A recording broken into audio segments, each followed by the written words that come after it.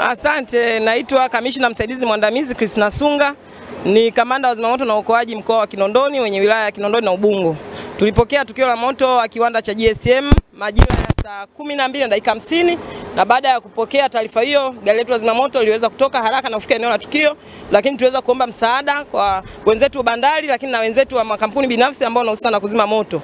Kwa hiyo tulifika eneo la tukio, lakini wenzetu wa maboza waliweza kufika kwa wakati na tukaendelea kupambana. Changamoto kubwa iliyotokea kwamba kiwanda hiki mnajua kinazalisha bidhaa mbalimbali, moja wapo ikiwa ni magodoro.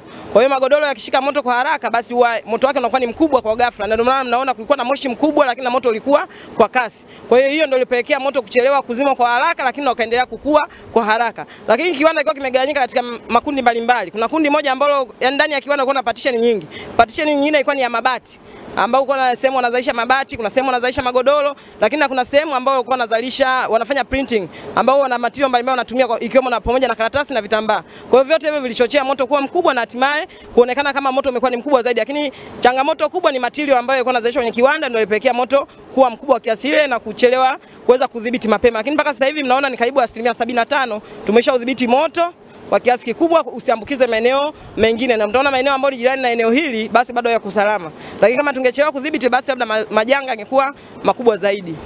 Labda tuzungumzie bidhaa ambazo ziko ndani kule, kuna zimeteketea zote magodoro na nini au ziko hali vipi? Kwa sababu huku ni kiwanda, ilikuwa ni sehemu ya production. Kwa hiyo na maana material ambayo yuko eneo la production ndio ambayo yameweza kuungua. Lakini nadhani kama wana magodown mengine inawezekana material yalikuwa yameshazalishwa ikishatoka ndani ya eneo la kiwanda. Kwa hiyo huku ni production ambako ndio nimesema kulikuwa na kiwanda ambacho kinazalisha, kinatengeneza magodoro, kuna mabati lakini kuna printing. Kwa hiyo huenda vifaa vilivyokuwepo tu wakati wa production ndivyo weza kuungua. Lakini kama kulikuwa na mzigo mkubwa najua wanahifadhi kwenye magodown. Kwa hiyo ila tathmini bado ya hasara wenyewe watatuambia hapo baadaye tutakapokuwa tunaendelea na uchunguzi wa nini kimesababisha moto huu. Katika eneo la uzimaji kuna labda chochote tukio limepata hapa yote alikuwa anafanya uokoaji uzimaji kwa maana ya injury kwa mtu yote? Hapana, mpaka sasa hivi hatujapokea taarifa yote ya majeruhi wala kwa maana ya kifo. Mpaka dakika hii hatujapokea. Zaidi ni hasara ya mali ambayo tunaendelea bado kuifanyia kazi kuona ni hasara kiasi gani imepatikana. Vijana wako naona wanapambana kuhakikisha kwamba moto unadhibiti. Kamanda Sunga amefanya kazi kubwa. Amecoordinate na maeneo mbalimbali ambayo yanahusiana na utaalamu wa kuzima moto. Kusema kweli wewe mwenyewe unaiona kazi ambayo wamefanya jeshi la zimamoto. Sisi jeshi la polisi nafasi yetu ilikuwa ni kufanya kitu kinaitwa crowd control. Kuhakikisha kwamba kunapotokea majanga wapo watu ambao wanajifanya wanachukua fursa ya kufanya matukio mengine ya kihalifu. Wizi. Huku watu wanazima moto, watu wengine wanataka kufanya wizi. Kwa hiyo jeshi la polisi kwa kushirikiana na jeshi la zimamoto tumehakikisha kwamba usalama unaimarika, lakini vifaa vinavyokuja kuzima moto vinakuwa salama, na wale askari wa jeshi la zimamoto ambao wanafanya shughuli ya kuzima moto wanakuwa salama kwa upande wa kijinai. Hilo ndio kazi ambayo sisi tumefanya. Kwa hiyo mimi nampongeza kamanda mwenzangu wa zimamoto pamoja na vikosi vingine vilivyoshiriki. Kazi imekwenda vizuri, wamejitahidi kwa kadri inavyowezekana. Hatujapata madhara mengine zaidi ya eneo ambalo tumelishughulikia. Shukrani sana.